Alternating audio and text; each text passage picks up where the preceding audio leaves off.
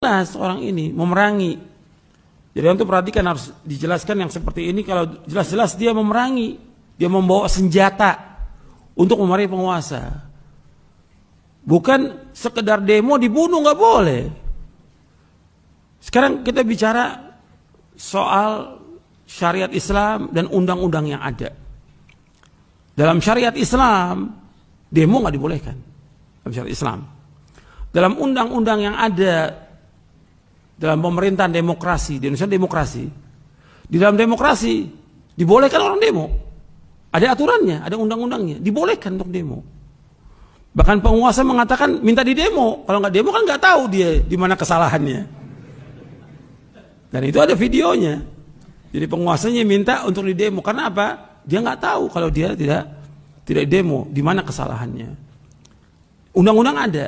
Mereka undang-undang ada, nggak boleh dia dibunuh, karena dibolehkan untuk undang-undang untuk demo. Kalau syariat Islam nggak boleh demo, tidak boleh.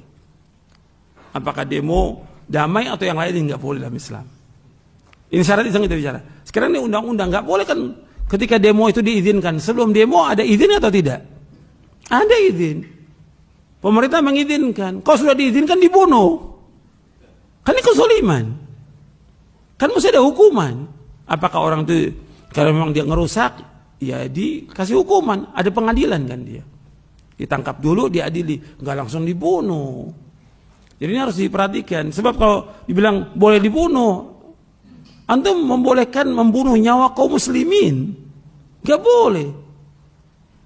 Yang demo-demo kan orang Islam, karena mereka nggak tahu tentang hukumnya dalam syariat, mereka nggak tahu, jahil. Kemudian juga undang-undang membolehkan untuk itu. Jadi jangan dibunuh, dihukum mereka. Kalau memang mereka salah, melanggar ketentuan dari undang-undang itu, dihukum, nggak langsung dibunuh. Kalau sekarang kan enggak, main bunuh aja, nggak boleh Islam. Ini nyawa kaum muslimin. Kan seperti membunuh semua orang. Antum ketika bunuh orang, ini kerusakannya besar. Pertama, antum membuat keluarganya jadi apa? Anak-anak jadi apa? Yatim. Istrinya jadi janda. Orang tua kehilangan anaknya. Saudara kehilangan saudaranya. Berapa orang tuh dikorbankan dengan sebab itu? Yang tadinya umpamanya dia punya usaha, punya yang bisa membiayai anaknya, istrinya, orang tuanya, hilang tuh dengan terbunuhnya dia. Apa enggak zalim itu? Harus dipikirkan seperti itu. Banyak lagi yang lainnya. Supaya juga orang berhati-hati, jangan gampang-gampang menumpahkan darah kaum muslimin. Hatta dia sebagai petugas, nggak boleh. Karena ada aturannya. Ini nyawa kaum muslimin yang harus dia perhatikan masalah ini. Dan juga kepada yang lain juga hati-hati. Demo dalam syariat Islam nggak dibenarkan. Dan itu ada penjelasannya para ulama tentang masalah itu. Nggak akan membawa juga kepada kemaslahatan. Semua demo membawa kepada kerusakan. Jadi itu yang harus diperhatikan.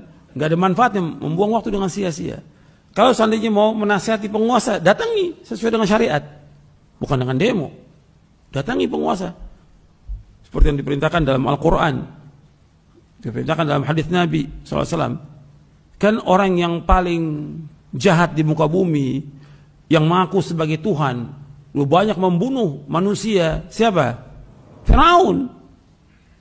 Allah menyuruh Nabi Musa, Nabi Harun mendatangi Firaun, menasihati Firaun. Ini paling zalim itu.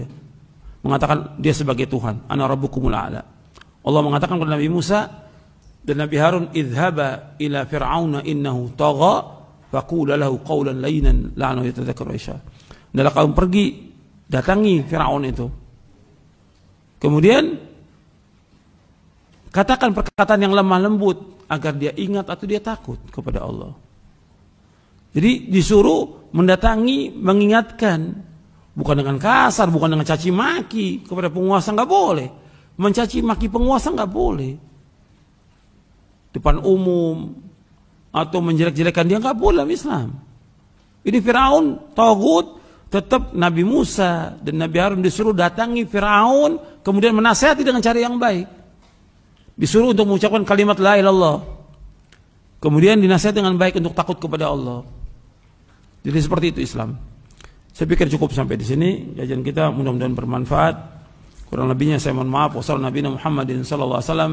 Subhanakallahumma bihamdik asyhadu an la ilaha illa anta astaghfiruka wa atubu ilaik. Assalamualaikum warahmatullahi wabarakatuh.